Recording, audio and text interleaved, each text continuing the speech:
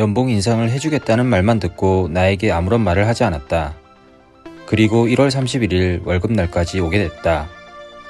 연봉 인상에 대한 지난 일들을 간략하게 시간순으로 말해보겠다. 난 작년 4월 1일 입사하여 한 달 반쯤 5월 중순에 퇴사한다고 말을 하였다. 회사가 어렵다고 매일 말씀하시는 사장님과 팀이 있지만 각자 도생해야 하는 구조, 그리고 고연령 회사다 보니 젊은 친구들이 없는 부분 등 그동안 내가 걸어왔던 부분에 대해 내가 적응해 가기가 어려웠다. 그래서 퇴사를 외쳤지만 부장님과 이사님, 그리고 마지막으로 사장님까지 나를 설득하셨고 결국 난 설득을 당했다. 그 설득에는 3개월 뒤 연봉 인상이 있었다. 그렇게 3개월 뒤 8월 말 나에게 그 누구도 연봉 인상에 대해 말을 하지 않았다. 그 시기에 나도 몸에 혹이 발견되어 우선순위는 건강이라 진료와 검사에 집중했었고 연봉 인상은 지켜보고 있었다. 그렇게 9월 말, 10월 말, 11월 말이 되었다. 내 몸의 혹도 현재 암이 아니라는 진단을 받았고 이제 연봉 인상에 대해 지켜보고만 있을 수가 없었다. 이 상황에서도 난 착하게도 회사가 어렵다고 하니 성과를 내고 얘기를 해야겠다 생각했고 11월 매출이 크게 올랐다. 그리하여 12월 초 부장님께 얘기하였고 사장님이 날 불러 얘기하신다고 하셨다. 그런데 12월 중순이 넘어가도 나를 부르지 않으셨고 부장님께 다시 말씀드려 겨우 3명이 한자리를 하게 됐다. 그 자리에서 이렇게 말씀하셨다. 내가 했던 말은 지켜야지. 당연히 올려줘야지. 라고 말이다. 당연한 말을 마치 인심 쓴다는 듯이 말을 하여 살짝 놀라긴 했다. 나라면 먼저 사과부터 했을 것 같다. 회사가 어렵다 보니 약속이 늦어졌다. 또는 너무 바빠서 약속이 늦어졌다. 미안하다 라고 말이다. 어쨌든 나는 직급도 나이도 약자이기에 그러려니 했고 1월부터 올려준다고 하셨다. 그리고 난 부장님께 원하는 연봉을 얘기했고 1월 초 부장님이 사장님께 전달하셨다. 사장님께서는 또 본인이 따로 불러 얘기한다고 하셨다. 그런데 또 1월 중순이 넘어가도 나를 부르지 않았다. 참 이거 뭐지? 그래도 통보를 하든 어떻게 하든 부른다고 하셨으면 불러서 면담을 해야 하는 거 아닌가 싶다.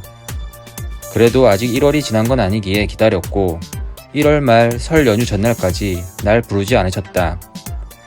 우리 회사는 말일이 월급날이다. 그럼 나에게 남은 날은 1월 31일 단 하루다. 정말 긍정적으로 이런 생각을 했었다. 츤데레처럼 원하는 연봉을 꽂아주시려고 하시나?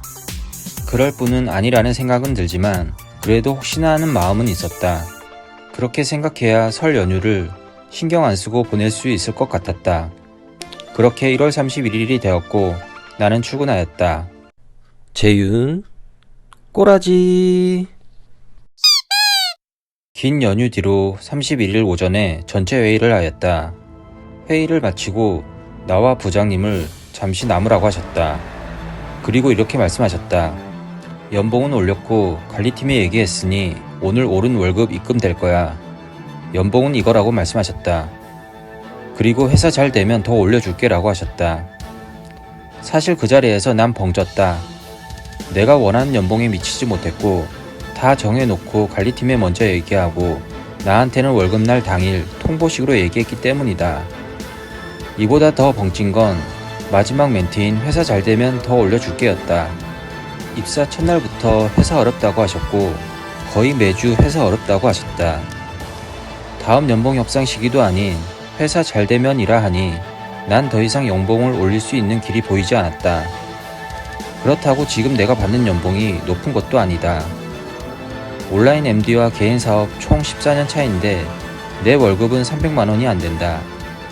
직급은 차장이고 하는 일은 판매, 마케팅, CS, 물류, SNS 정말 웹디 빼고 다 하고 있다. 그리고 부서장이라 칭하며 이사님들과 같은 책임과 매출 압박을 받는다. 직급에 대한 고른 분배와 분업화가 없다는 것이 참 희한한 구조이다. 이 부분이 불만 아닌 불만을 가질 수 있는 구조이며 젊은 친구들이 없는 이유 중 하나이다. 회의실에서 나와 곰곰이 생각을 하였다. 그리고 일단 어쨌든 올려준 거에 대한 감사함은 표현을 해야 한다고 생각했다. 그래서 사장님실에 들어가 어려운 시기에 올려주셔서 감사하다고 정중히 말씀드렸다. 내가 너무 착한 거일 수도 있다.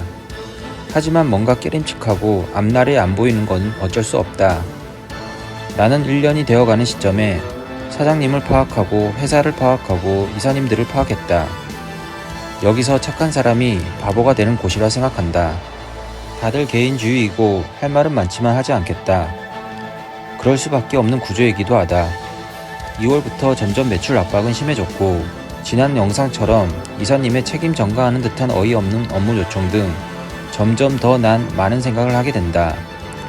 업무 요청을 다 내내하고 도와드린다고 하니 이제 아주 편히 나에게 얘기한다. 나와 관련이 없어도 장 차장한테 넘겨 이러고 있다. 정말 실망스러운 것이 바로 이거다.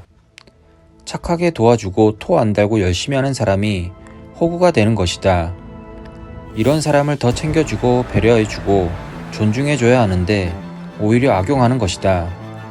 토 다는 사람에게 아무 말도 못하면서 말이다. 솔직히 겁나 욕 나온다. 고연령 회사 처음이지만 어른들에게 정말 실망스럽다.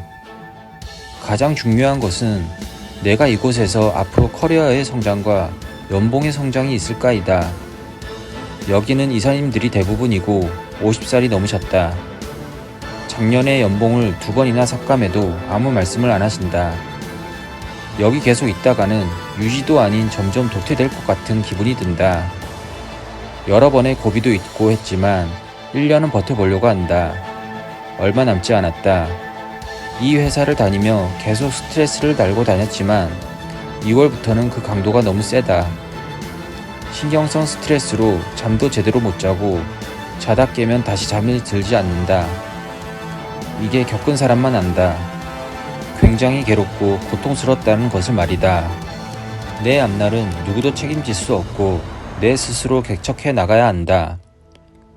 점점 퇴사 시그널이 오기 시작한다.